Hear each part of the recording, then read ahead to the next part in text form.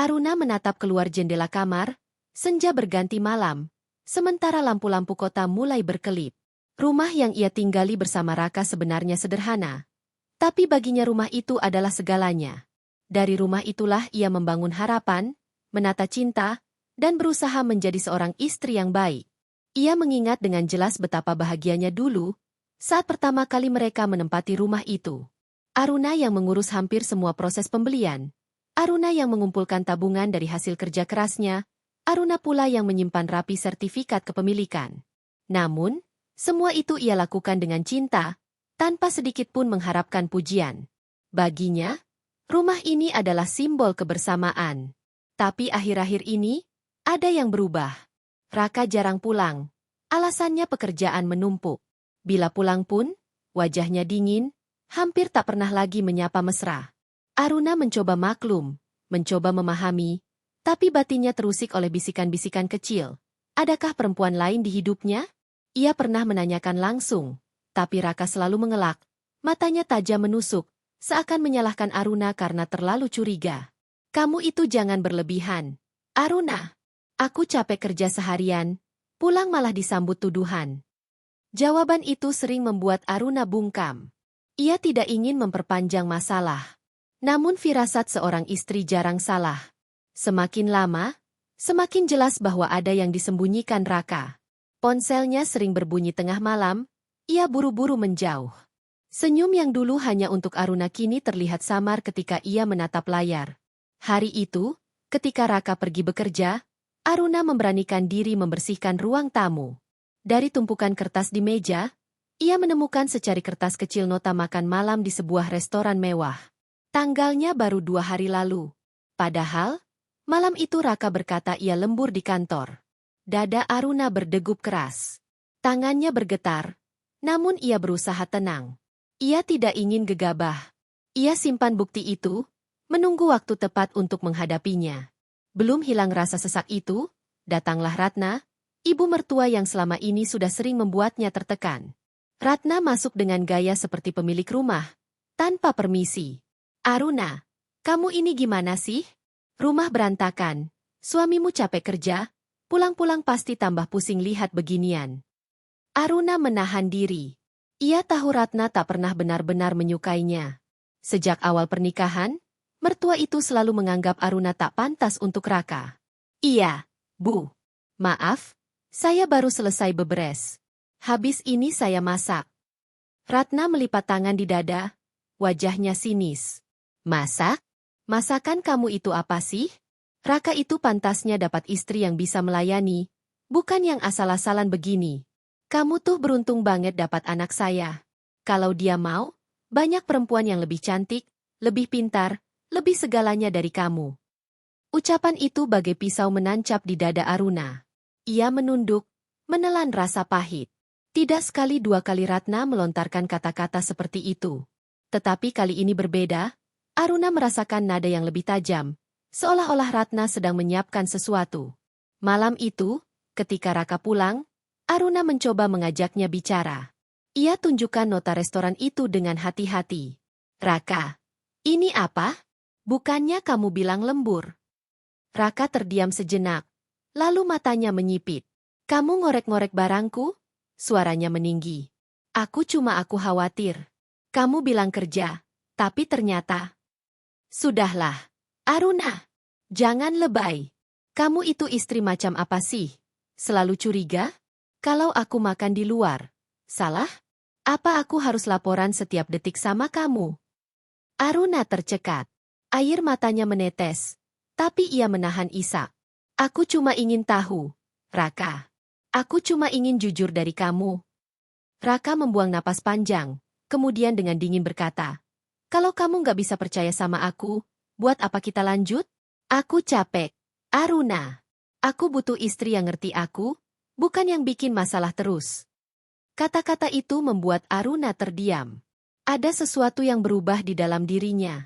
Entah kenapa, kali ini ia tidak menangis lama-lama. Hatinya remuk. Tapi di balik itu muncul percikan api kecil, api yang suatu hari akan menyala lebih besar. Beberapa hari kemudian, kecurigaan Aruna terjawab. Ia melihat sendiri Raka di sebuah kafe.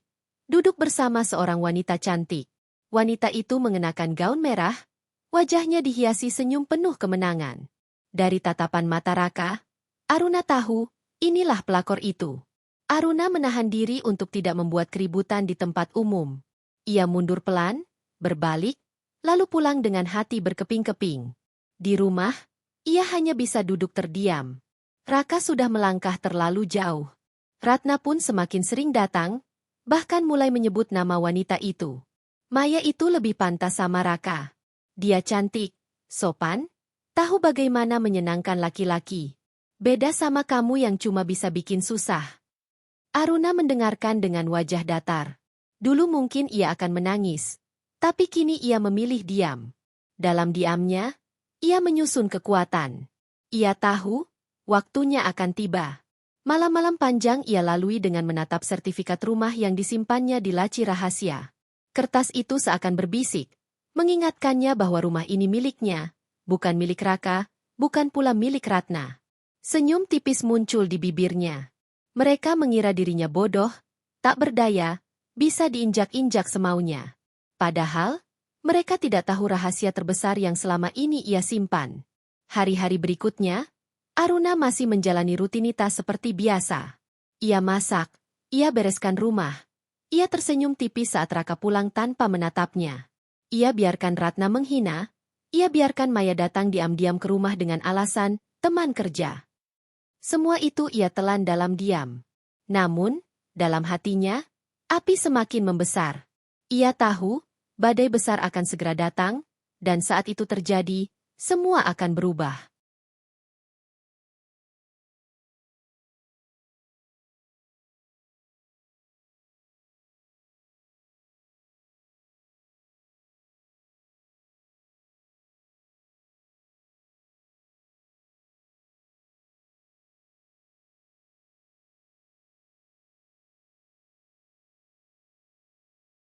Pagi itu matahari bersinar lembut, menerobos jendela ruang tamu rumah.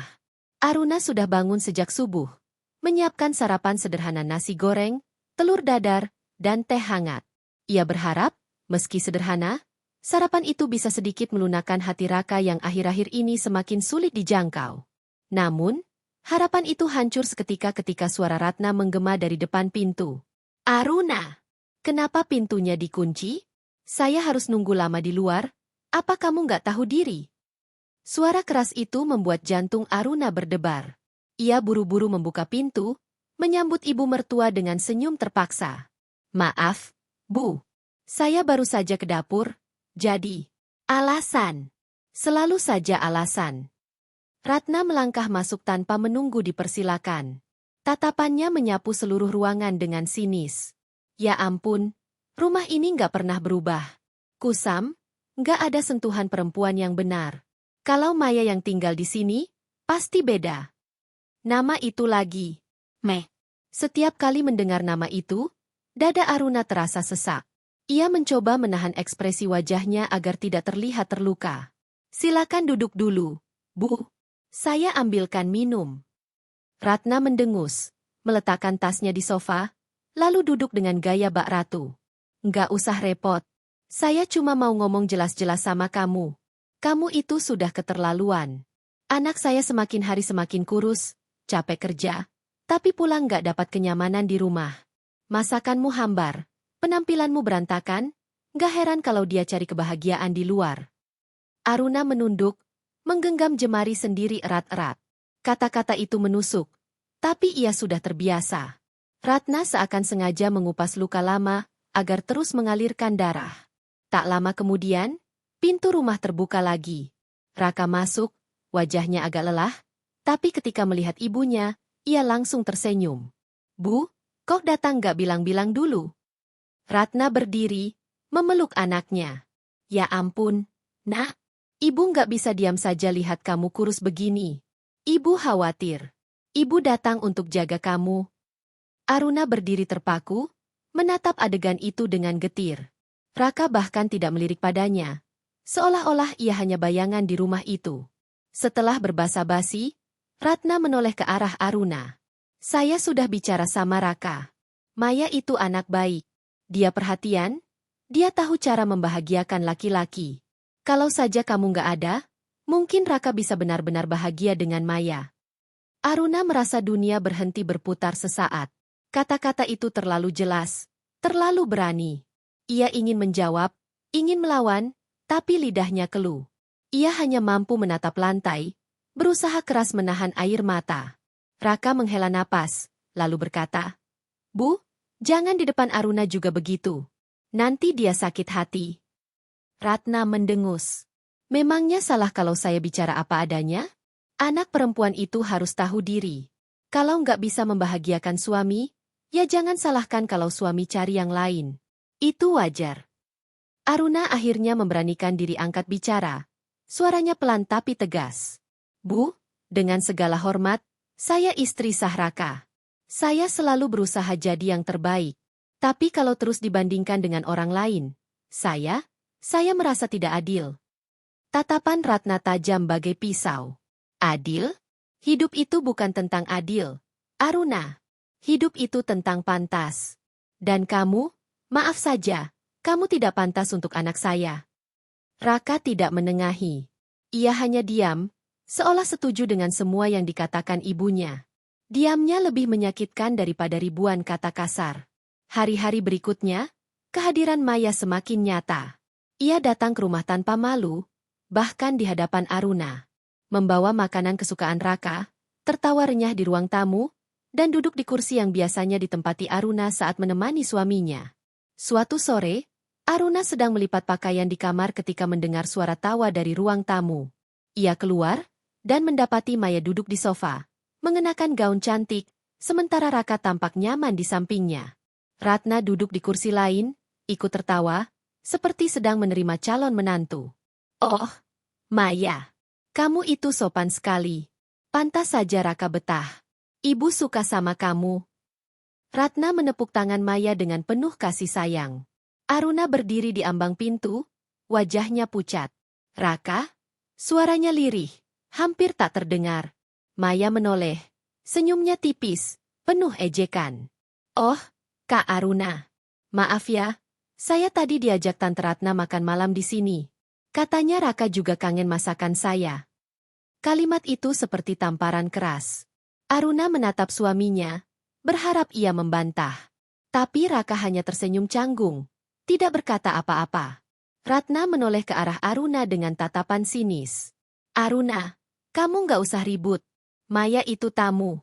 Lagi pula, kalau kamu nggak bisa bikin Raka bahagia, biar ada yang bantu." Air mata Aruna mengalir tanpa bisa ditahan. Ia berbalik, masuk ke kamar, menutup pintu rapat-rapat. Di dalam, ia menangis sejadi-jadinya, merasakan penghinaan yang begitu dalam. Namun, setelah lama menangis, ia duduk diam di tepi ranjang. Napasnya berat, tapi di balik sakit itu, muncul sesuatu yang berbeda, sebuah keteguhan baru. Ia mengambil sertifikat rumah dari laci, menatapnya lama. "Mereka pikir aku bodoh," bisiknya pada diri sendiri. "Mereka pikir aku tak punya daya. Tapi suatu hari nanti, semua ini akan berbalik." Di ruang tamu, tawa Ratna dan Maya masih terdengar, seakan-akan rumah itu bukan milik Aruna lagi. Tapi justru di saat itulah Aruna menyadari, rumah ini benar-benar miliknya. Dan itulah kekuatan yang akan ia gunakan di kemudian hari.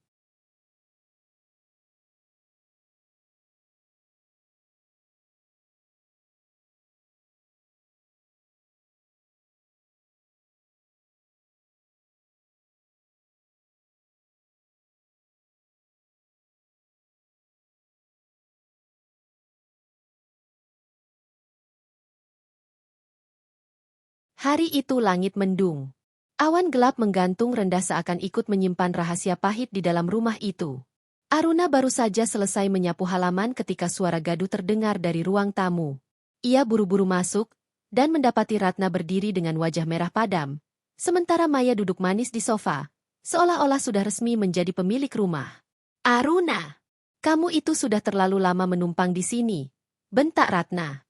Aruna tertegun. Sapu masih tergenggam di tangannya. "Menumpang, Bu?"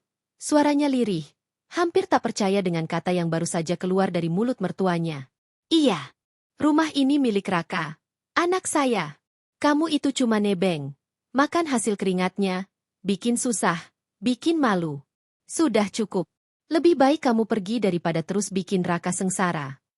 Aruna merasa napasnya tercekat. Ia tahu sejak lama Ratna tidak menyukainya. Tapi mendengar ucapan itu langsung ke wajahnya membuat dadanya seperti ditusuk ribuan jarum.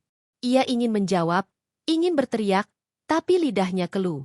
Maya tersenyum tipis, menambahkan garam di atas luka. Kak Aruna, jangan salah paham, ya. Aku cuma prihatin lihat kondisi Raka. Dia butuh perempuan yang bisa mengerti dia, yang bisa bikin dia bahagia. Kalau kakak ikhlas, mungkin semua akan lebih baik. Aruna menatap Maya. Matanya berkilat oleh air mata yang tertahan. Kau berani sekali bicara begitu di rumah ini. Rumah ini. Ratna menyambar, menatap Aruna dengan penuh kebencian. Rumah ini bukan milikmu. Jadi jangan sok merasa punya kuasa. Seharusnya kamu sadar diri sejak dulu. Saat itu, pintu rumah terbuka. Raka masuk, masih mengenakan kemeja kerja. Ia berhenti sejenak, terkejut melihat suasana tegang. Ada apa ini? Ratna segera mendekat, menepuk bahu anaknya. Nak, ibu nggak tahan lagi. Hidupmu tersiksa karena perempuan ini. Dia nggak pantas jadi istrimu. Sudah saatnya kamu ambil keputusan. Pilih bahagia dengan Maya, atau terus terikat dengan Aruna yang hanya membawa beban. Aruna menatap Raka, penuh harap. Dalam hati kecilnya, ia masih berharap suaminya membelanya. Tapi yang ia dapat hanyalah wajah kaku, mata yang menghindari tatapannya. Aruna, Raka menghela napas panjang. Aku capek. Aku beneran capek sama semua ini. Kamu terlalu banyak nuntut, terlalu banyak curiga. Aku butuh istri yang ngerti aku, yang bisa bikin aku merasa hidup. Dan aku nggak dapat itu dari kamu. Jantung Aruna seakan berhenti berdetak. Kata-kata itu lebih kejam dari apapun yang pernah ia dengar. Tangannya bergetar, sapu yang sejak tadi ia genggam jatuh ke lantai dengan suara berdebam. Jadi, kau benar-benar ingin aku pergi, Raka? Suaranya hampir tak terdengar. Raka terdiam, lalu menunduk. Lebih baik begitu. Air mata Aruna akhirnya jatuh, mengalir deras tanpa bisa dibendung. Ia menatap Raka, Ratna, dan Maya bergantian. Semuanya terasa seperti mimpi buruk. Mertuanya berdiri tegak dengan senyum kemenangan. Suaminya memilih diam, dan pelakor itu duduk tenang seakan sudah memenangkan segalanya. Kalau begitu, biarlah, bisik Aruna, hampir tak terdengar. Ia berbalik, melangkah ke kamar dengan langkah gontai. Di dalam, ia mengemasi beberapa pakaian ke dalam koper kecil. Tangannya gemetar, air matanya membasahi pakaian yang ia lipat. Ia tidak percaya, rumah yang dulu ia perjuangkan kini menjadi tempat yang mengusirnya. Tiba-tiba pintu kamar terbuka. Ratna masuk tanpa permisi, menatapnya dengan dingin. Cepatlah. Jangan berlama-lama. Kami sudah cukup sabar menunggu. Aruna mendongak, menatap mertua dengan mata merah. Bu, saya bukan orang asing. Saya istri sah anak ibu. Justru itu masalahnya. Ratna mendesis. Kalau kamu masih di sini, anak saya nggak bisa bebas. Maya yang lebih pantas. Jadi pergilah sebelum saya benar-benar hilang sabar. Aruna menarik napas panjang, lalu menutup koper. Ia berdiri, menatap Ratna dengan keberanian yang perlahan tumbuh di balik luka. Baik, saya pergi. Tapi ingat kata saya, Bu, semua yang kalian lakukan hari ini akan kalian sesali. Ratna tertawa sinis. Sesali? Hahaha. Yang harusnya menyesal itu kamu. Aruna, kamu nggak tahu diri. Untung anak saya sabar. Kalau bukan karena Raka, kamu nggak akan pernah bisa hidup di rumah ini. Aruna hanya menatap tanpa kata. Ia melangkah keluar kamar, membawa koper kecil. Di ruang tamu, Raka dan Maya masih duduk. Maya tersenyum manis, seperti ratu yang baru saja merebut singgasana. Aruna menatap suaminya sekali lagi. Raka, ingat, aku istrimu yang sah. Kau mengusirku sekarang, tapi jangan lupa, setiap keputusan ada akibatnya. Raka tidak menjawab. Ia hanya menunduk, pura-pura sibuk merapikan jam tangannya. Aruna melangkah keluar rumah, melewati pintu yang dulu ia buka dengan penuh cinta. Saat kakinya menginjak halaman, hujan mulai turun. Langit seakan ikut menangisi kepergiannya. Di luar pagar, beberapa tetangga berdiri mengintip, berbisik-bisik melihat drama itu. Aruna menunduk, air matanya bercampur dengan air hujan. Malu, sakit hati, dan kehancuran bercampur menjadi satu. Namun di dalam hatinya, ada bisikan kecil yang menguatkan. Jangan khawatir, Aruna. Ini bukan akhir. Ini awal dari sesuatu yang lebih besar. Ia menarik napas panjang, menghapus air mata dengan punggung tangan. Koper kecil itu terasa berat, bukan karena isi, tapi karena kenangan yang ia tinggalkan. Ia melangkah pergi, tanpa menoleh lagi. Di balik jendela, Ratna dan Maya berdiri berdampingan, menatap kepergian Aruna dengan tatapan penuh kemenangan. Raka hanya berdiri di belakang mereka. Wajahnya suram tapi tetap diam. Mereka pikir mereka sudah menang. Mereka pikir Aruna sudah kalah, sudah hancur. Mereka tidak tahu, di balik kepergian itu, Aruna membawa sesuatu yang jauh lebih berharga daripada sekadar pakaian di dalam koper. Ia membawa rahasia, sebuah kunci yang suatu hari akan membuat mereka menyesal seumur hidup. Hujan semakin deras, menyelimuti langkah Aruna yang menjauh. Dan di tengah derasnya hujan itu, lahirlah sebuah tekad. Ia akan kembali, bukan untuk memohon, tapi untuk mengambil kembali apa yang memang haknya.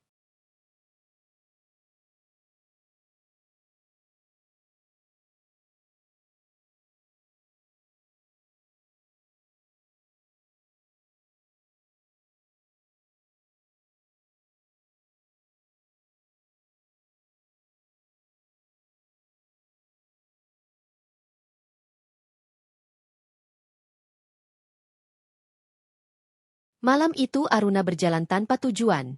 Hanya ditemani koper kecil dan derasnya hujan yang mengguyur tubuhnya. Jalanan basah berkilau di bawah lampu jalan, tapi semua itu tampak buram oleh air mata yang terus mengalir. Sepanjang langkahnya, ia hanya mendengar gema suara Ratna yang mengusirnya, tatapan dingin Raka, dan senyum penuh kemenangan Maya. Setiap kata masih menusuk. Menumpang. Tidak pantas. Pergi. Kata-kata itu berputar-putar di kepalanya seperti pisau yang berulang kali menusuk luka yang sama. Hatinya hancur, dadanya sesak, dan setiap langkah terasa berat.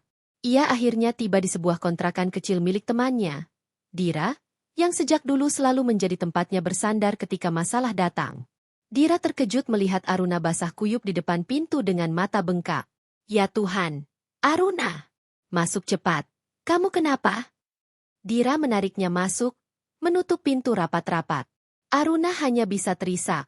Kata-kata tak sanggup keluar dari bibirnya. Ia jatuh terduduk di lantai, memeluk koper kecilnya erat-erat seolah itu satu-satunya hal yang tersisa. Dira berlutut di depannya, memegang bahunya dengan lembut. Hei, lihat aku, tenang dulu. Aruna, kamu nggak sendiri, ada aku di sini. Ceritain, apa yang terjadi? Aruna menatap sahabatnya dengan mata penuh air mata. Suaranya bergetar ketika akhirnya berkata, Aku diusir, Dira. Mereka mengusirku dari rumah itu. Di depan suamiku sendiri, di depan pelakor itu, aku dipermalukan. Dira terdiam, wajahnya berubah tegang. Apa? Mereka tega melakukan itu padamu? Raka juga. Aruna mengangguk, menunduk. Dia diam saja. Bahkan bilang lebih baik aku pergi. Dia pilih Maya, Dira, dan ibunya. Dia seolah-olah sengaja memaksakan Maya ke dalam rumah itu. Dira mengepalkan tangan, marah. Astaga, Aruna, kamu sudah sabar selama ini, tapi mereka benar-benar keterlaluan. Kalau aku yang jadi kamu, mungkin sudah kubongkar semua di depan mereka. Aruna terdiam, matanya kosong. Lalu perlahan ia berkata, aku hampir melakukannya. Tapi aku tahan. Karena aku tahu, waktu yang tepat akan datang. Aku punya sesuatu yang mereka pikir tidak aku miliki. Dira menatapnya bingung. Apa maksudmu?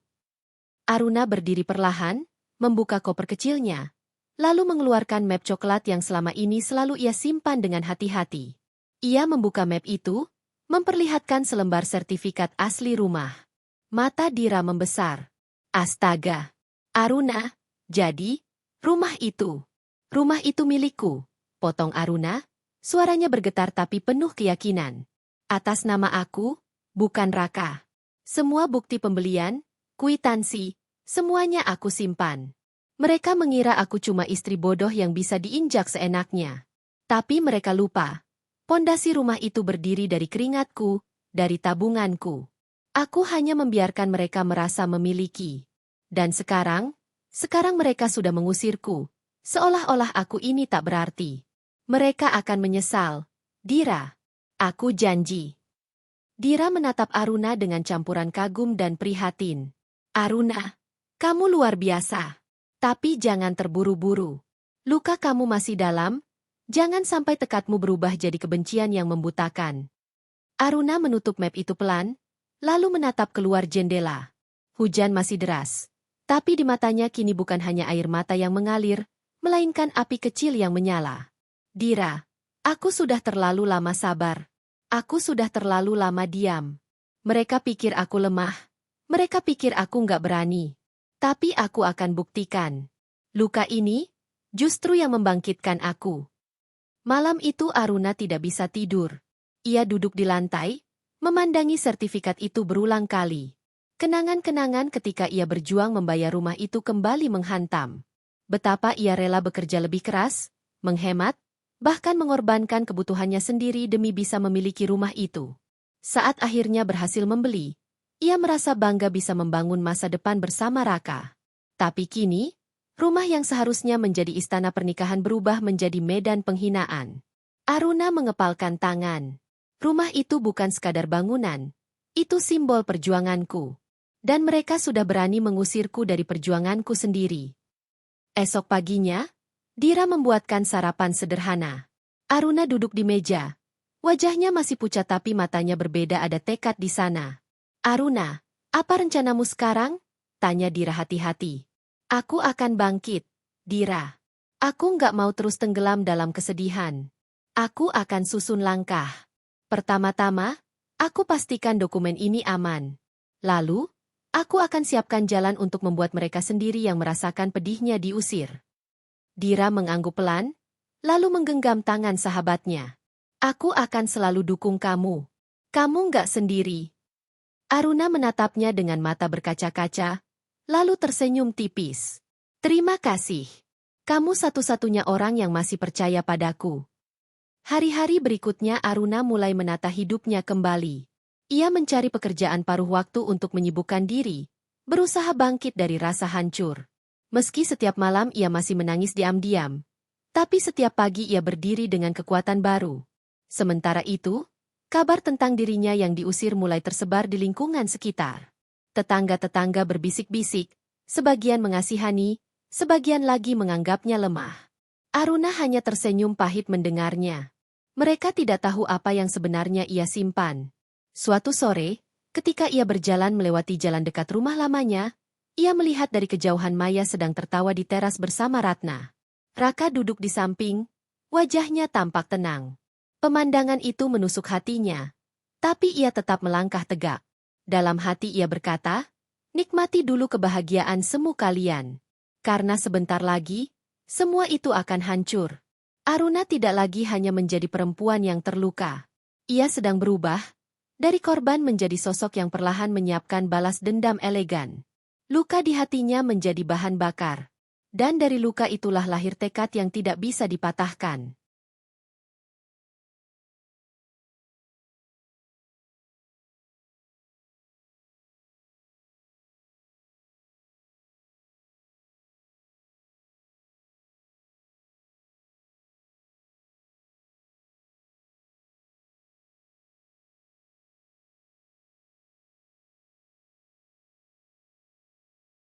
Malam itu, setelah semua hiruk-pikuk mereda, Aruna duduk sendirian di kamar kontrakan kecil yang dipinjamkan Dira.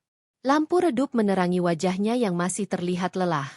Di pangkuannya, map coklat yang berisi sertifikat rumah tergeletak, seakan menjadi satu-satunya sahabat yang paling setia di dunia. Tangannya menyusuri permukaan kertas itu, merasakan setiap tekstur yang kasar di ujungnya. Setiap kali ia menatap tulisan namanya tertera di sana, hatinya bergetar. Ada kebanggaan yang dulu pernah ia rasakan ketika pertama kali sertifikat itu resmi diserahkan padanya. Tapi kini, perasaan itu bercampur dengan luka dan dendam yang menuntut keadilan. Ia masih ingat jelas proses panjang untuk mendapatkan rumah itu. Bukan hadiah dari Raka, bukan pula pemberian mertua. Semua berasal dari keringatnya sendiri. Dari hasil kerja kerasnya menjahit, membuka usaha kecil, hingga menabung bertahun-tahun. Saat akhirnya rumah itu terbeli, ia merasa dunianya lengkap. Ia bahkan tak pernah mempermasalahkan jika banyak orang mengira rumah itu hasil jerih payah Raka. Ia diam, membiarkan suaminya menerima pujian. Karena baginya kebahagiaan adalah melihat keluarga mereka punya tempat tinggal layak. Namun, semua pengorbanan itu kini diinjak-injak begitu saja. Ia diusir dari rumah yang seharusnya menjadi simbol perjuangan cintanya. Ratna menyebutnya menumpang. Maya tersenyum sinis seakan rumah itu memang bukan miliknya. Dan Raka, suaminya sendiri, memilih diam. Aruna mengepalkan tangan. Tidak, aku tidak akan diam lagi, gumamnya. Besoknya, ia menemui Dira untuk berbicara lebih serius. Mereka duduk di warung kecil, sambil menikmati teh hangat. Dira, kata Aruna, suaranya rendah tapi tegas. Aku harus mulai bergerak. Sertifikat ini bukan hanya kertas. Ini senjataku. Tapi aku nggak bisa asal bertindak. Aku butuh strategi. Dira menatapnya penuh perhatian. Kamu mau gimana?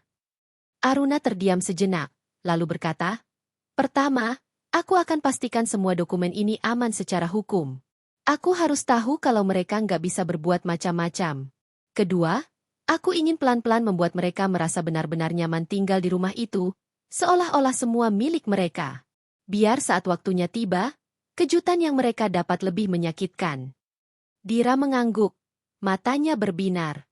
Aruna, ini bukan cuma soal balas dendam, ya? Ini juga tentang hakmu.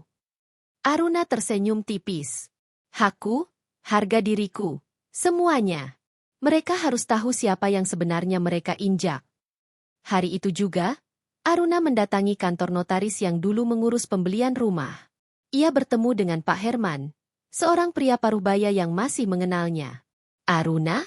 Wah, sudah lama sekali. Apa kabar? Sambutnya ramah. Aruna berusaha tersenyum.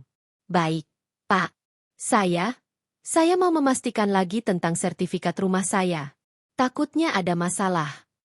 Pak Herman memeriksa dokumen yang ia bawa. Setelah beberapa menit, ia mengangguk. Semuanya jelas. Nama pemilik sah, Aruna Prameswari. Tidak ada sengketa, tidak ada tumpang tindih. Kamu pemilik satu-satunya. Aruna menghela napas lega. Jadi, tidak ada kemungkinan orang lain mengaku-ngaku punya hak atas rumah itu. Tidak ada, tegas Pak Herman.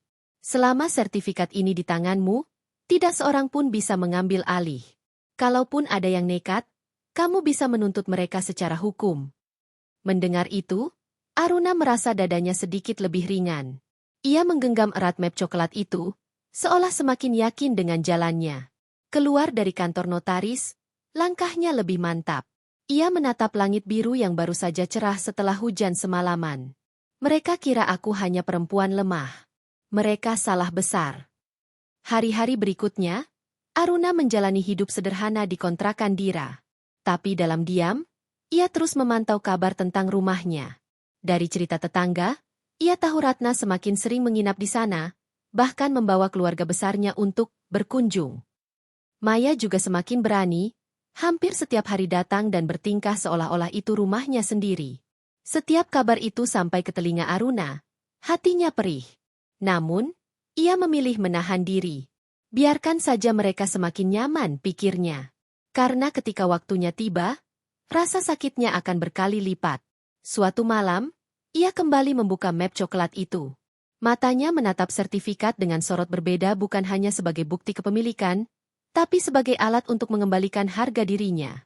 Ia bahkan mulai membayangkan langkah berikutnya, menjual rumah itu. Bayangan itu membuat dadanya berdebar. Membayangkan wajah Ratna, Raka, dan Maya ketika mereka tahu rumah itu dijual tanpa seizin mereka. Itu akan menjadi momen yang ia tunggu-tunggu. Namun, Aruna juga sadar, langkah itu tidak bisa dilakukan tergesa-gesa. Ia butuh waktu, Butuh kesempatan yang tepat. Ia tidak ingin terlihat sebagai perempuan yang balas dendam dengan emosi. Ia ingin semua berjalan rapi, elegan, dan sah secara hukum. Pagi-pagi buta, ia menulis catatan kecil di buku harian. Langkah 1, pastikan semua dokumen aman. Langkah 2, biarkan mereka merasa memiliki. Langkah 3, saat mereka sudah terlalu percaya diri, jatuhkan dengan kenyataan. Langkah 4, jual rumah. Biarkan mereka terusir seperti mereka mengusirku. Setiap kali menulis langkah itu, senyum tipis muncul di wajahnya. Ada luka yang masih membekas, tapi di atas luka itu kini tumbuh kekuatan. Di sisi lain, Raka semakin larut dalam dunianya bersama Maya. Ia jarang mengingat Aruna, bahkan mulai membicarakan rencana masa depan dengan Maya. Ratna pun sibuk memamerkan menantu baru pada tetangga. Mereka benar-benar yakin Aruna sudah pergi tanpa meninggalkan apa-apa. Dan justru itu yang membuat Aruna semakin yakin rencananya akan berhasil. Mereka sama sekali tidak tahu rahasia yang ia simpan. Malam itu, sebelum tidur, Aruna menatap sertifikat sekali lagi. Ia berbisik pelan, seolah-olah bicara pada kertas itu. Kau akan jadi saksi balas dendamku. Mereka pikir aku kalah. Mereka pikir aku sudah habis.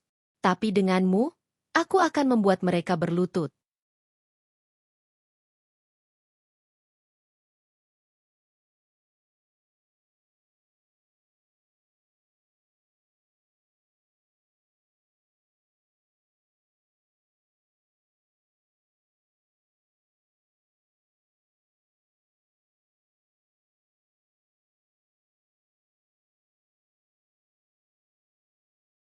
Aruna duduk di depan meja kayu kecil di kamar kontrakan. Lampu redup menyorot wajahnya yang terlihat lebih tegar daripada beberapa minggu lalu. Luka di hatinya belum hilang, tapi ia sudah tidak lagi larut dalam tangis. Malam-malam yang dulu penuh isak kini berubah menjadi malam penuh rencana. Buku catatan terbuka di depannya, dengan tulisan yang semakin banyak memenuhi halaman. Coretan-coretan tentang apa yang harus ia lakukan, siapa yang harus ia temui, dan kapan langkah itu dijalankan. Ia tahu balas dendam bukan sesuatu yang bisa dilakukan terburu-buru. Semua harus terlihat alami, seolah-olah hanya kebetulan. Satu hal yang ia yakini, ia tidak boleh membiarkan emosinya menguasai. Balas dendam yang elegan adalah balas dendam yang tidak meninggalkan celah, tidak bisa disalahkan, dan yang paling penting meninggalkan luka lebih dalam pada mereka yang menyakitinya. Ia kembali menatap sertifikat rumah itu. Sudah beberapa kali ia memastikan ke notaris, bahkan berkonsultasi ke pengacara diam-diam lewat kenalan Dira. Jawaban mereka sama, ia pemilik sah, tidak ada celah bagi siapapun untuk menggugat. Rumah itu benar-benar miliknya. Aruna menarik napas panjang, lalu berkata pelan, kalau begitu, waktunya aku menyusun panggung. Langkah pertamanya sederhana, ia membiarkan mereka merasa rumah itu sepenuhnya milik mereka. Ia tidak menampakkan diri di lingkungan sekitar rumah. Tidak ada konfrontasi, tidak ada protes. Ia seolah menghilang dari radar, membuat Ratna, Raka, dan Maya semakin nyaman. Tetangga-tetangga mulai terbiasa melihat Maya warawiri di rumah itu. Bahkan ada yang sudah salah kaprah menyebut Maya sebagai nyonya rumah. Ratna dengan bangga menyambut semua komentar itu, membiarkan kabar menyebar. Namun, di balik semua itu, Aruna punya mata-mata kecil. Bu Lastri, tetangga yang cerewet dan suka gosip, tanpa sadar sering menceritakan kabar terbaru setiap kali bertemu Dira di pasar. Dan setiap cerita itu selalu sampai ke telinga Aruna. Rumahmu sekarang sering banget ramai. Nah, kata Bu Lastri suatu hari sambil menyisir rambut dengan tangan. Ibu mertuamu sering bikin acara kecil. Maya juga sering masak-masak di dapur. Seperti sudah betah sekali. Aruna hanya tersenyum tipis saat mendengar cerita itu dari Dira. Dalam hati ia berkata, bagus. Semakin betah, semakin baik. Karena saat mereka merasa paling aman, itulah saatnya aku runtuhkan semua. Langkah kedua, Aruna mulai diam-diam mencari pembeli untuk rumah itu. Ia tidak ingin sembarang orang. Ia butuh pembeli yang cepat, punya dana cukup, dan tidak akan mundur meskipun tahu rumah itu sedang ditempati orang lain. Lewat kenalan pengacara Dira, ia dipertemukan dengan seorang pengusaha properti bernama Surya. Pria parubaya itu terkenal dingin dan tegas. tapi punya reputasi sebagai pembeli rumah dengan proses kilat. Mereka bertemu di sebuah kafe sederhana. Surya menatap Aruna dengan tatapan penuh perhitungan. Jadi, Anda ingin menjual rumah? Lokasi strategis, luasnya cukup, harga pasar saat ini bisa tinggi. Kenapa dijual? Aruna meneguk teh hangatnya sebelum menjawab. Alasannya pribadi. Yang jelas, saya pemilik sah, dan semua dokumen lengkap. Saya tidak ingin proses berlarut-larut. Kalau Anda bisa cepat, saya siap melepasnya. Surya mengangguk pelan. Baik, saya akan cek dulu. Tapi kalau dokumen memang bersih, saya bisa langsung bayar. Pertanyaan saya hanya satu, rumah itu sedang kosong. Aruna tersenyum tipis. Sebuah senyum yang menyimpan luka sekaligus rencana. Tidak, ada orang yang menempati. Tapi bukan pemilik sah. Mereka hanya menumpang. Dan ketika rumah sudah terjual, mereka harus pergi, kan? Surya menatapnya beberapa detik, lalu tersenyum dingin. Saya suka cara bicara Anda. Baiklah, saya tertarik. Percakapan itu membuat jantung Aruna berdegup kencang. Rasanya langkah yang selama ini ia bayangkan mulai mendekati kenyataan. Ia bisa melihat bayangan wajah Ratna dan Maya ketika mereka tahu rumah itu sudah terjual tanpa seizin mereka. Namun, ia tahu ia tidak boleh terburu-buru. Ia masih harus memantapkan beberapa hal. Ia menutup pertemuan itu dengan berjabat tangan, lalu berjalan keluar kafe dengan langkah mantap. Malam harinya, ia duduk bersama Dira sambil menulis lagi di buku catatannya. Dira, aku sudah dapat pembeli potensial. Dia serius, cepat, dan gak peduli kalau rumah sedang ditempati. Ini kesempatan emas. Dira menatapnya cemas. Aruna, aku dukung kamu. Tapi apa kamu yakin? Ini langkah besar. Setelah rumah itu terjual, kamu benar-benar memutus semua ikatan dengan mereka. Aruna menatap sahabatnya dalam-dalam. Ikatan apa lagi yang tersisa? Dira? Suami yang mengkhianati, mertua yang mengusir, pelakor yang merampas. Mereka sudah membuangku. Yang tersisa hanya harga diriku. Dan aku akan menegakkan itu. Dira terdiam, lalu menghela napas. Baiklah, kalau itu keputusanmu, aku akan selalu ada di sisimu. Hari-hari berikutnya, Aruna semakin mantap menyusun strategi. Ia mulai mengumpulkan bukti-bukti foto rumah, dokumen pendukung, bahkan menghitung ulang nilai pasar agar ia tidak dirugikan. Semua ia lakukan dengan tenang, tanpa meninggalkan jejak yang bisa diketahui Raka atau Ratna. Di saat yang sama, kehidupan di rumah itu semakin semarak. Ratna mulai membawa kerabat untuk menginap. Maya sering memamerkan kehidupannya di media sosial dengan latar rumah itu. Raka pun tampak menikmati perannya sebagai pria yang bahagia bersama Maya. Semua itu sampai ke telinga Aruna. Tapi alih-alih membuatnya semakin sakit, justru menambah bahan bakar dalam dirinya. Nikmati selagi bisa batinnya. Karena sebentar lagi, kalian akan merasakan apa artinya kehilangan. Pada suatu malam, Aruna berdiri di depan cermin kecil di kontrakan. Ia menatap dirinya sendiri, rambut yang mulai kusut, wajah yang sedikit pucat. Namun, di balik semua itu, ia melihat sorot mata yang berbeda. Mata yang tidak lagi dipenuhi air mata, tapi cahaya tekad yang membara. Ia berbisik pada bayangannya sendiri. Aku bukan korban lagi. Aku adalah pemilik panggung. Dan kalian akan menari dalam skenario yang kusiapkan.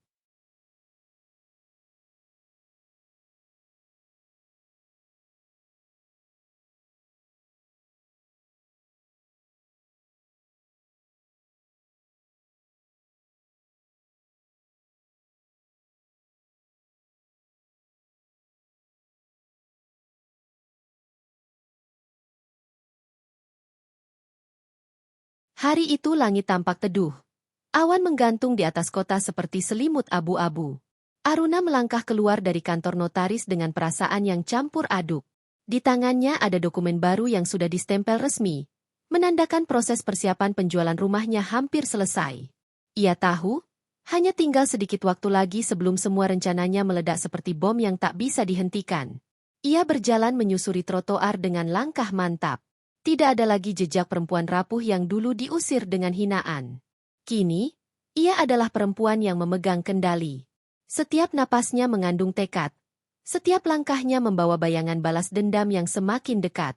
Sementara itu, di rumah yang dulu ia perjuangkan dengan segenap jiwa, kehidupan tampak berjalan normal. Ratna duduk di ruang tamu dengan senyum puas, mengobrol dengan beberapa kerabat yang berkunjung. Maya sibuk di dapur, memamerkan kemampuannya memasak sambil sesekali mengambil foto untuk dipajang di media sosial. Raka duduk di teras, wajahnya tampak tenang meski dalam hatinya mulai muncul sesuatu yang aneh. Rasa bersalah yang perlahan menghantui. Tetangga-tetangga mulai terbiasa melihat Maya mondar-mandir di rumah itu. Mereka menyapa, bahkan beberapa ada yang memuji keakrabannya dengan Ratna. Dari luar, semua tampak sempurna. Namun, di balik semua itu, ada satu hal kecil yang mulai membuat mereka merasa tidak nyaman. Bisik-bisik tetangga. Rumah itu sebenarnya punya siapa, sih? Terdengar suara seorang ibu di warung dekat rumah. Katanya milik Aruna. Tapi kok sekarang malah si Maya yang tinggal? Aku juga heran. Dulu waktu beli, aku dengar-dengar dari Bu Lastri, yang bayar itu Aruna sendiri. Tapi ya, entahlah. Sekarang dia sudah pergi, mungkin sudah direlakan. Bisikan itu perlahan sampai ke telinga Ratna. Meski ia pura-pura tak peduli, hatinya sedikit terusik. Ia tahu Aruna memang punya peran besar dulu, tapi ia selalu menutup mata, menganggap semua itu hasil kerja keras anaknya. Namun, semakin sering bisikan itu terdengar, semakin ia merasa cemas. Suatu sore, ketika Maya sedang membersihkan ruang tamu, Ratna duduk di kursi dan berkata dengan nada pelan, "Maya, kamu pernah dengar gosip itu?" Maya menoleh. "Gosip apa, Bu?" Katanya rumah ini dulu atas nama Aruna, bukan Raka. Maya terdiam sejenak, lalu tertawa kecil. Itu cuma omongan orang iri, Bu. Kalaupun benar, mana mungkin Aruna bisa beli rumah sebesar ini sendiri? Dia hanya istri biasa, kan? Ratna mengangguk, mencoba menenangkan hatinya. Tapi jauh di dalam, ada ketakutan yang tidak bisa ia ungkapkan. Ia tahu Aruna bukan perempuan lemah. Ada sesuatu dalam diri menantunya itu yang selalu membuatnya resah. Di tempat lain, Aruna justru semakin tenang. Ia sengaja membiarkan gosip itu beredar, membiarkan tetangga membicarakan masa lalu rumah itu. Ia tahu, semakin sering mereka mendengar bisikan itu, semakin besar rasa curiga yang akan tumbuh. Dan saat rasa curiga itu tumbuh, mereka akan mulai gelisah, kehilangan rasa nyaman.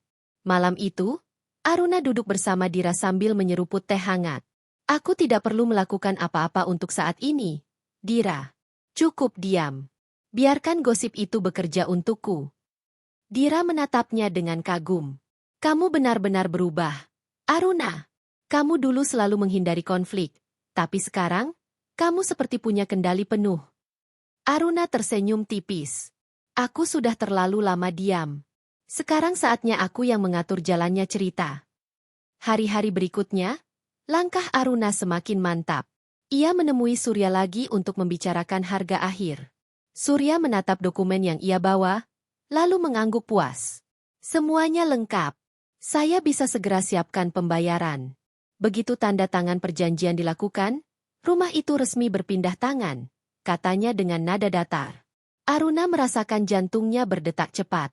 Ia tahu, setelah ini tidak ada jalan kembali. Rumah itu akan benar-benar hilang dari genggamannya. Tapi bersamaan dengan itu, Ratna, Raka, dan Maya akan kehilangan segalanya. "Baiklah," jawab Aruna dengan suara mantap. "Kita lakukan sesuai prosedur. Saya ingin semuanya resmi, tidak ada yang bisa menggugat." Surya mengangguk. "Saya suka cara berpikirmu." Di sisi lain, Ratna mulai gelisah. Malam itu, ia memanggil Raka ke ruang tamu. "Nak, Ibu mau tanya, kamu yakin rumah ini benar-benar milikmu?" Raka mengernyit. "Apa maksud Ibu?" "Ya jelas milik kita. Aku kan yang menempati." Ratna menghela napas. "Ibu dengar gosip, katanya rumah ini atas nama Aruna. Bukan kamu." Raka terdiam. Sebuah memori lama muncul di kepalanya. Ia ingat, dulu memang Aruna yang banyak mengurus pembelian rumah itu. Ia sendiri hanya menandatangani beberapa berkas tanpa benar-benar membaca detailnya. Saat itu, Ia merasa tidak perlu tahu karena percaya pada istrinya. Tapi kini, keraguan menyelinap. Ah, Bu, jangan percaya gosip. Aruna sudah pergi. Kalaupun benar, dia nggak akan macam-macam, ucap Raka, mencoba meyakinkan diri sendiri. Namun, Ratna tidak puas. Ia merasa ada sesuatu yang disembunyikan. Dan Maya, yang mendengarkan percakapan itu dari dapur, mulai ikut gelisah. Ia tidak bisa membayangkan jika ternyata rumah itu benar-benar milik Aruna. Kegelisahan itu makin menjadi ketika suatu hari mereka menerima surat misterius di kotak pos. Tidak ada nama pengirim, hanya secari kertas dengan tulisan singkat. Rumah ini tidak sepenuhnya milik kalian. Kebenaran akan segera terungkap. Surat itu membuat Ratna pucat. Maya langsung panik. Sementara Raka berusaha tetap tenang meski wajahnya tegang. Siapa yang kirim ini? Tanya Maya dengan suara bergetar. Raka meremas kertas itu. Entahlah, mungkin hanya orang iseng. Tapi dalam hati, ia tahu ini bukan kebetulan. Di tempat lain, Aruna duduk di kontrakan sambil tersenyum tipis. Ia tidak perlu berteriak atau mengusir. Cukup satu pesan singkat, rasa nyaman mereka sudah mulai goyah. Strateginya berjalan mulus. Badai baru saja dimulai, bisiknya pada diri sendiri.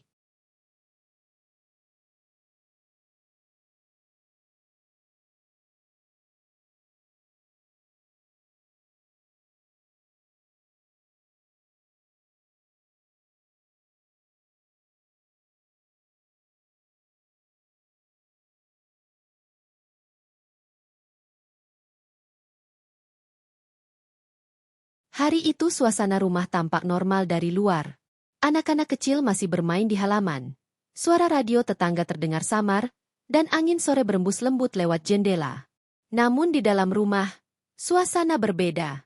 Ratna duduk di ruang tamu dengan wajah tegang. Di tangannya masih tergenggam surat misterius yang diterimanya beberapa hari lalu. Surat itu berulang kali ia baca, meski isinya singkat, tapi seolah memiliki bobot yang menekan dadanya. Maya mondar-mandir di ruang tamu, gelisah. Sesekali ia menatap Ratna dengan wajah pucat. Bu, saya tidak bisa tenang kalau begini. Bagaimana kalau gosip itu benar? Bagaimana kalau rumah ini memang milik Aruna? Ratna menatap Maya dengan mata tajam, tapi sorotnya jelas penuh keraguan. Jangan panik dulu. Kita belum tahu apa-apa. Tapi ibu juga tidak bisa menutup mata. Aruna bukan perempuan bodoh. Dia selalu punya cara. Bisa saja surat ini datang darinya. Maya menggigit bibir. Wajahnya semakin cemas. Kalau memang dia yang punya, kita bisa diusir kapan saja. Saya tidak sanggup membayangkan kalau tiba-tiba harus pergi dari sini. Bu, kita harus cari tahu kebenarannya. Raka yang sejak tadi duduk di kursi teras, akhirnya masuk dan ikut bicara. Wajahnya tampak kusut. Rambutnya berantakan karena sering dielus-elus dengan tangan. Ibu, Maya, kalian jangan berlebihan. Aruna tidak mungkin berani macam-macam. Dia sudah pergi, tidak punya apa-apa. Ratna mendengus. Kamu terlalu meremehkan dia, Raka. Ibu tidak lupa? Siapa yang sibuk bolak-balik notaris waktu beli rumah dulu? Bukan kamu, tapi Aruna. Kamu hanya tanda tangan. Ibu selalu curiga.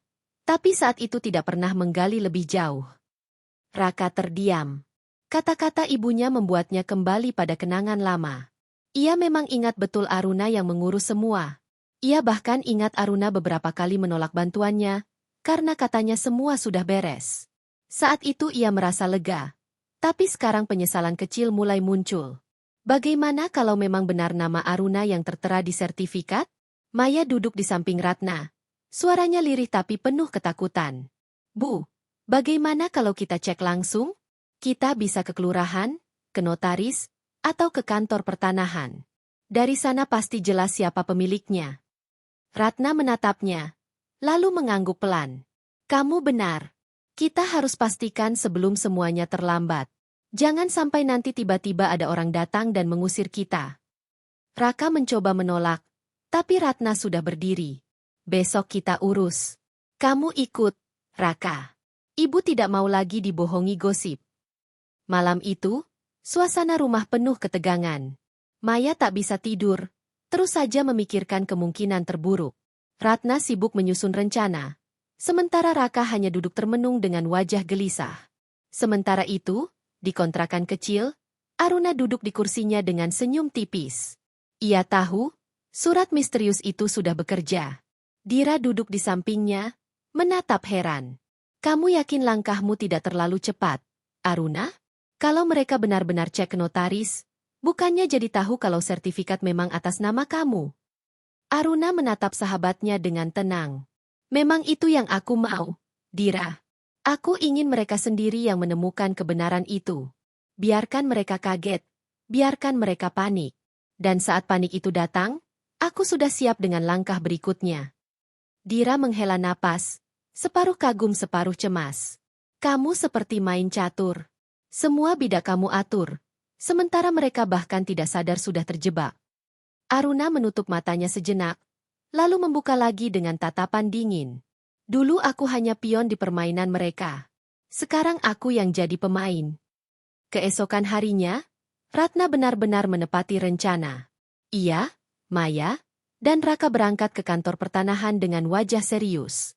Setelah menunggu beberapa saat, seorang petugas akhirnya memanggil nama mereka dan menyerahkan data kepemilikan rumah yang mereka tanyakan. Ratna membaca lembaran itu dengan tangan bergetar. Nama yang tertera jelas dan tegas, Aruna Prameswari. Wajahnya memucat, tubuhnya seakan kehilangan tenaga. Maya menutup mulutnya, nyaris menjerit. Raka sendiri terduduk lemas, matanya kosong. Dunia yang mereka bangun di rumah itu seakan runtuh dalam sekejap. Tidak, ini tidak mungkin, bisik Ratna dengan suara parau. Kenapa nama Aruna? Kenapa bukan kamu, Raka? Raka menunduk, wajahnya penuh penyesalan. Aku tidak tahu, Bu. Aku kira semuanya atas namaku. Aku kira Aruna hanya membantu. Maya menatap keduanya dengan mata berkaca-kaca. Jadi selama ini, kita tinggal di rumah yang bukan milik kita? Rumah yang bisa dijual kapan saja oleh Aruna? Ratna meremas lembaran itu kuat-kuat, matanya merah oleh kemarahan. Perempuan itu, dia sengaja.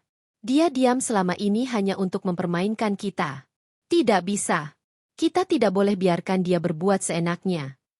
Namun di dalam hati, Ratna tahu mereka tidak punya kekuatan. Secara hukum, Aruna pemilik sah. Tidak ada celah bagi mereka untuk melawan. Mereka pulang ke rumah dengan wajah muram. Maya langsung mengurung diri di kamar, sementara Ratna duduk di ruang tamu tanpa berkata-kata.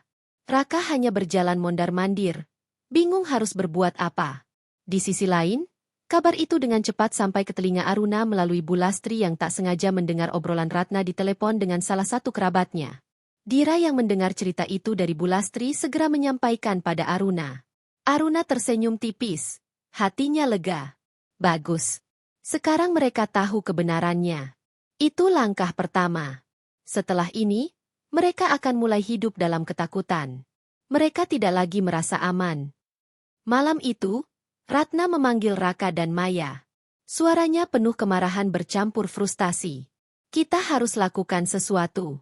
Kalau Aruna menjual rumah ini, kita semua akan hancur. Kita tidak boleh tinggal diam. Maya menatap Ratna dengan wajah putus asa. Tapi apa yang bisa kita lakukan, Bu? Secara hukum, dia yang berhak.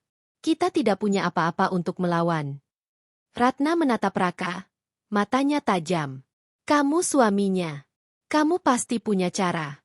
Bicaralah padanya, bujuk dia, rayu dia. Kalau perlu, ancam. Jangan biarkan dia mengambil rumah ini dari kita. Raka hanya bisa terdiam. Hatinya diliputi rasa bersalah dan kebingungan. Ia tahu Aruna tidak akan semudah itu dibujuk lagi, terlebih setelah semua yang ia lakukan padanya. Tapi ia juga tahu ibunya tidak akan berhenti menekan.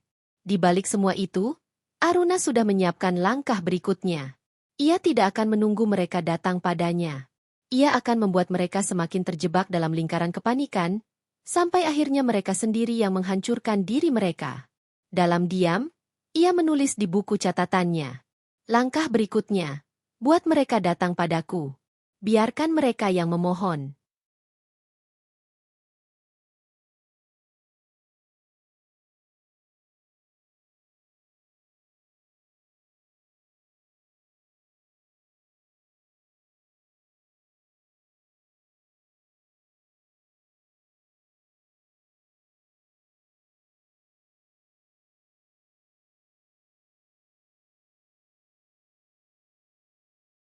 Langit sore tampak redup. Awan hitam menggantung, seperti pertanda badai akan datang. Raka melangkah gontai menuju kontrakan sederhana tempat Aruna tinggal. Wajahnya kusut, bajunya tidak serapi biasanya, dan langkahnya berat seakan membawa beban bertonton. Di dalam hatinya ada rasa malu, takut, sekaligus marah. Ia, yang dulu dengan angkuh mengusir Aruna, kini dipaksa kembali menemuinya. Semua karena kenyataan pahit, rumah yang mereka tempati ternyata milik Aruna sepenuhnya. Ratna menekannya, Maya memohon dengan air mata, dan akhirnya Raka tidak punya pilihan selain datang.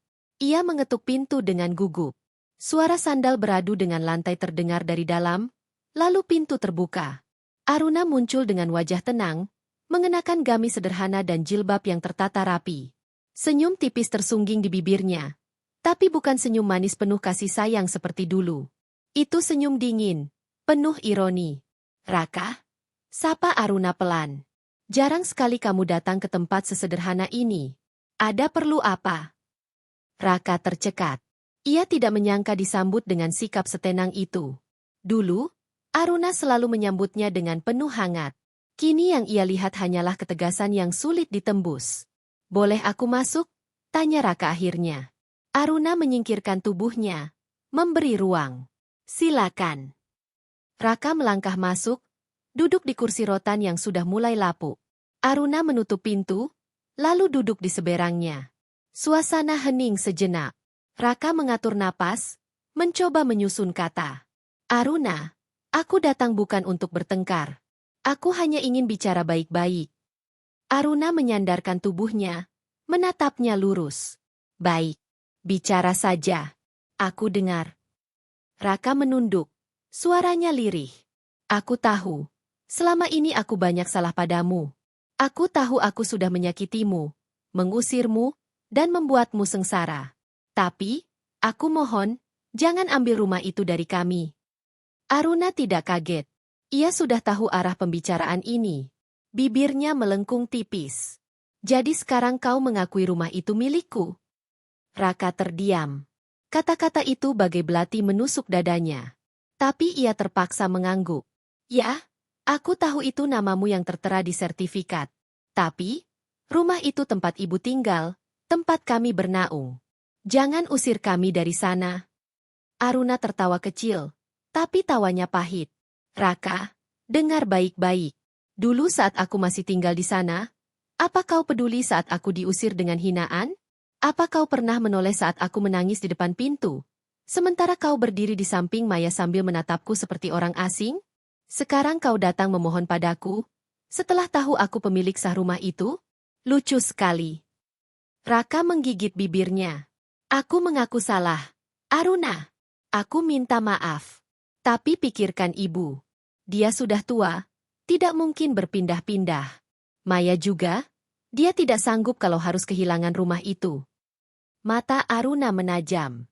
Maya? Kau masih berani menyebut namanya di depanku? Perempuan yang kau bawa masuk rumahku. Lalu dengan bangga berdiri di sana saat aku diusir? Kau pikir aku punya belas kasihan padanya? Raka menunduk semakin dalam, rasa malu menghantamnya. Ia ingin membela Maya, tapi setiap kata yang muncul hanya membuat dirinya tampak semakin lemah. Aruna, aku tahu aku tidak pantas meminta. Tapi tolong, kalaupun kau ingin menjual rumah itu, beri kami waktu. Jangan lakukan sekarang. Kami butuh tempat tinggal. Aruna menatapnya lama, lalu bangkit berdiri. Ia berjalan ke arah lemari kayu kecil, membuka laci, dan mengeluarkan map coklat. Dari dalam map itu, ia mengeluarkan selembar kertas berstempel resmi. Ia meletakkan kertas itu di meja, tepat di depan Raka. Ini, Raka. Surat perjanjian jual rumah. Aku sudah menandatanganinya, tinggal menunggu notaris dan pembeli. Raka menatap kertas itu dengan mata melebar. Kau sungguh-sungguh akan menjualnya? Aruna menatapnya dengan dingin. Ya, rumah itu milikku. Aku berhak menjualnya. Aku tidak butuh izin darimu, dari ibumu, atau dari pelakor kesayanganmu. Raka gemetar. Ia memegang kertas itu, seakan berharap bisa merobeknya dan membuat kenyataan menghilang. Tapi tatapan Aruna membuat tangannya kaku. Aruna, Kau tidak bisa begini. Aku tidak punya tempat lain. Aruna menunduk sedikit, mendekat. Suaranya rendah tapi penuh kekuatan. Kau pikir aku peduli?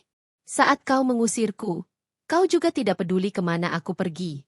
Jadi kenapa sekarang aku harus peduli padamu? Air mata hampir jatuh dari mata Raka. Ia tidak pernah merasa sehina ini. Ia, yang dulu merasa berkuasa, kini tak lebih dari pengemis yang memohon belas kasihan pada perempuan yang pernah ia sakiti. Aku mohon, kalaupun kau benci aku, jangan libatkan ibu. Dia tidak tahu apa-apa. Aruna terkekeh. Tidak tahu apa-apa? Justru ibumu yang paling tahu. Dialah yang paling gencar mengusirku. Dia yang berkata aku tidak pantas tinggal di rumah itu. Jadi kenapa aku harus melindunginya sekarang? Raka terdiam, tak bisa menjawab. Ia sadar semua benar. Ratna lah yang paling keras terhadap Aruna, bahkan lebih kejam daripada dirinya sendiri. Aruna meraih map itu kembali, menyimpannya ke dalam laci. Pergilah, Raka. Tidak ada yang bisa kau lakukan. Rumah itu bukan lagi milikmu. Kau hanya menumpang. Raka berdiri dengan langkah gontai. Wajahnya penuh keputusasaan. Ia ingin berkata sesuatu, tapi tak ada kata yang bisa keluar. Ia hanya menunduk, lalu melangkah keluar dari kontrakan. Aruna menutup pintu perlahan, lalu bersandar pada dinding. Untuk sesaat, dadanya sesak. Ia tidak bisa memungkiri, melihat Raka hancur seperti tadi meninggalkan rasa sakit di hatinya. Tapi segera ia tepis perasaan itu. Ia harus kuat. Ini balasan yang pantas, bisiknya pada diri sendiri. Mereka harus merasakan apa yang aku rasakan. Di luar, Raka berjalan tanpa arah. Kakinya lemas, pikirannya kacau. Bagaimana ia harus menjelaskan pada ibunya? Bagaimana menghadapi Maya yang pasti akan menangis histeris? Sementara itu, di rumah, Ratna dan Maya menunggu dengan wajah tegang. Begitu Raka pulang dengan wajah suram, Maya segera bangkit. Bagaimana, Raka? Apa dia mau bicara baik-baik? Raka hanya menggeleng. Dia sudah tanda tangan surat jual rumah. Dia benar-benar akan menjualnya. Maya menjerit, tubuhnya lemas, lalu jatuh terduduk di lantai. Ratna memukul meja dengan marah. Matanya menyala. Perempuan itu. Dia tidak boleh menang. Kita harus cari cara, Raka. Apapun caranya. Raka menutup wajahnya dengan kedua tangan. Ia merasa dikepung tanpa jalan keluar. Hidupnya yang dulu penuh gengsi kini hancur berantakan. Dan ia tahu, ini baru permulaan dari mimpi buruk panjang yang akan menanti mereka.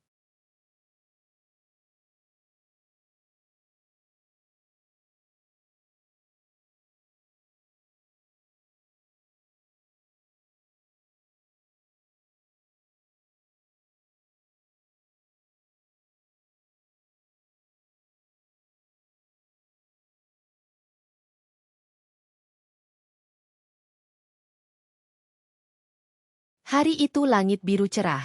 Matahari bersinar terang, seakan tak peduli dengan badai yang sedang menghantam hati beberapa orang. Di rumah besar yang selama ini ditempati Ratna, Maya, dan Raka, suasana justru muram. Wajah Ratna pucat, rambutnya kusut, dan matanya merah karena semalaman tidak tidur. Maya duduk di sofa dengan tatapan kosong, tubuhnya gemetar. Raka mondar-mandir tanpa arah, pikirannya kusut. Mereka tahu hari ini adalah hari yang ditakuti, hari di mana rumah itu akan berpindah tangan. Aruna sudah memberi kabar lewat notaris, bahwa ia akan datang bersama pembeli. Jam 10 pagi, suara deru mobil berhenti di depan rumah. Ratna langsung berdiri di balik jendela, menyingkap tirai. Matanya membelalak. Dua mobil berhenti, dan dari dalam keluar Aruna dengan langkah anggun. Ia mengenakan setelan sederhana tapi elegan, jilbab rapi, wajahnya bersih bercahaya.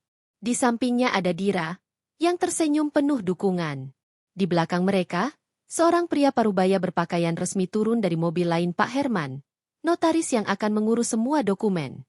Tapi yang membuat Ratna benar-benar kehilangan suara, adalah mobil ketiga yang berhenti tak lama kemudian. Dari dalam keluar sepasang suami istri kaya raya, dengan pakaian mahal dan wajah puas. Itulah pembeli rumah. Ratna berlari ke arah pintu, membuka dengan kasar. Aruna, kau tidak bisa melakukan ini. Ini rumah keluarga kami. Kau tidak punya hati. Aruna berhenti di halaman, menatap Ratna dengan senyum tipis. Bu Ratna, tolong jangan berteriak. Ingat, tetangga sedang memperhatikan. Memang benar, beberapa tetangga mulai berdatangan, pura-pura lewat tapi jelas ingin tahu. Bu Lastri yang terkenal cerewet sudah berdiri di pagar dengan mata berbinar. Ratna semakin berang.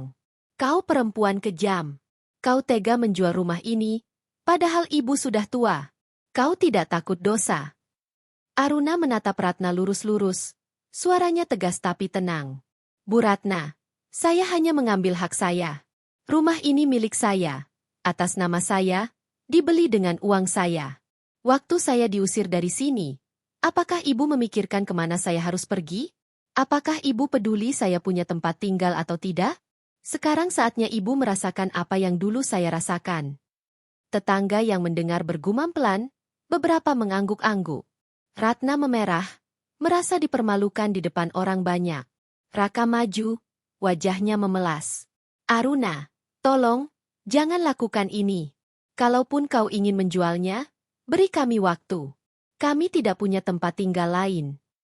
Aruna menatap Raka, dan untuk sesaat matanya berkilat oleh kenangan masa lalu. Laki-laki yang dulu ia cintai, yang dulu ia percayai, kini berdiri di depannya sebagai seorang pengecut yang memohon. Raka, ucap Aruna pelan, tapi nadanya menusuk. Kau pikir aku lupa saat kau menggandeng Maya di teras rumah ini, mengusirku seolah aku sampah? Kau pikir aku lupa wajahmu yang dingin, tidak menoleh sedikit pun saat aku membawa koper keluar? Kau punya nyali mengusirku waktu itu. Sekarang kau harus punya nyali juga menerima akibatnya. Maya yang sejak tadi diam akhirnya bicara. Suaranya bergetar. Aruna, aku mohon, aku memang salah, tapi jangan hukum aku seperti ini. Aku tidak bisa hidup tanpa rumah ini. Aku tidak sanggup. Aruna langsung memotong, tatapannya dingin menusuk. Maya, kau hidup di rumah ini hanya karena menumpang dari hasil keringatku.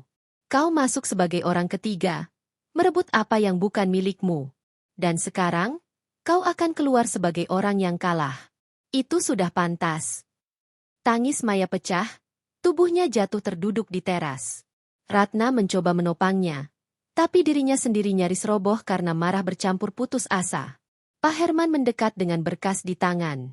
Ibu Aruna, semua dokumen sudah siap. Tinggal tanda tangan di depan saksi.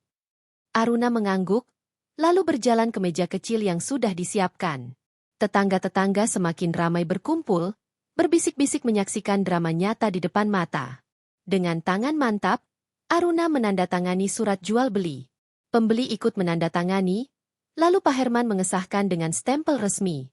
Tepuk tangan kecil terdengar dari beberapa tetangga, seolah menyaksikan keadilan ditegakkan.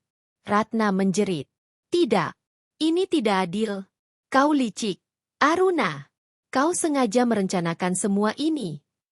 Aruna berdiri, menatap Ratna dengan tenang. Ya, Bu Ratna. Aku merencanakan semua ini. Karena aku sudah belajar satu hal, jangan pernah diam saat diinjak. Aku sudah cukup lama jadi korban. Sekarang giliran kalian merasakan akibat dari kesombongan kalian sendiri. Raka mencoba meraih tangan Aruna. Suaranya serak. Aruna, setidaknya, jangan biarkan ibu terlantar. Kau tahu dia sudah tua. Aruna menatap tangan itu dengan jijik, lalu menarik diri. Kau masih berani bicara soal ibumu? Justru ibumu yang paling lantang menghinaku dulu. Dia bilang aku tidak pantas tinggal di rumah ini. Sekarang doa ibumu terkabul, dia tidak akan tinggal di rumah ini lagi. Ratna terdiam, matanya berkaca-kaca. Untuk pertama kalinya, ia tidak punya kata-kata untuk melawan. Setelah semuanya selesai, pembeli resmi mengambil alih. Aruna memberi waktu beberapa hari untuk Ratna, Raka, dan Maya mengosongkan rumah. Itu pun bukan karena belas kasihan, tapi karena prosedur hukum. Saat Aruna melangkah pergi, Dira berbisik dengan kagum. Kamu benar-benar luar biasa, Aruna. Mereka pasti tidak akan pernah lupa hari ini. Aruna tersenyum tipis, tapi hatinya penuh gejolak. Ada luka yang belum sembuh, tapi setidaknya ia sudah berdiri tegak. Ia tidak lagi jadi korban, ia yang memegang kendali. Malam itu, rumah besar yang dulu penuh dengan suara pertengkaran kini hening. Ratna duduk di ruang tamu dengan tatapan kosong. Maya menangis di kamar, dan Raka merokok di teras dengan wajah muram. Mereka hancur bukan karena orang lain, tapi karena ulah mereka sendiri. Di kontrakan kecilnya, Aruna menatap bulan dari jendela. Senyum lembut terukir di wajahnya. Bukan senyum dendam, tapi senyum lega. Ia tahu perjalanan hidupnya belum selesai. Tapi hari itu adalah awal dari bab baru. Bab di mana ia tidak lagi hidup dalam bayang-bayang orang lain. Terima kasih, Tuhan, bisiknya pelan. Aku tidak lagi sendirian. Aku punya diriku sendiri, dan itu sudah cukup untuk melawan dunia. Bulan menggantung tenang di langit, menjadi saksi bahwa sebuah rumah bisa berpindah tangan. Tapi harga diri dan martabat tidak pernah bisa direbut kecuali seseorang menyerahkannya. Dan Aruna, perempuan yang dulu dianggap lemah, telah membuktikan bahwa ia bisa bangkit, berdiri, dan membuat dunia menoleh padanya. Itulah akhir sebuah permainan panjang, ketika mereka yang mengira dirinya kuat ternyata hancur, dan yang mereka anggap lemah justru berdiri sebagai pemenang.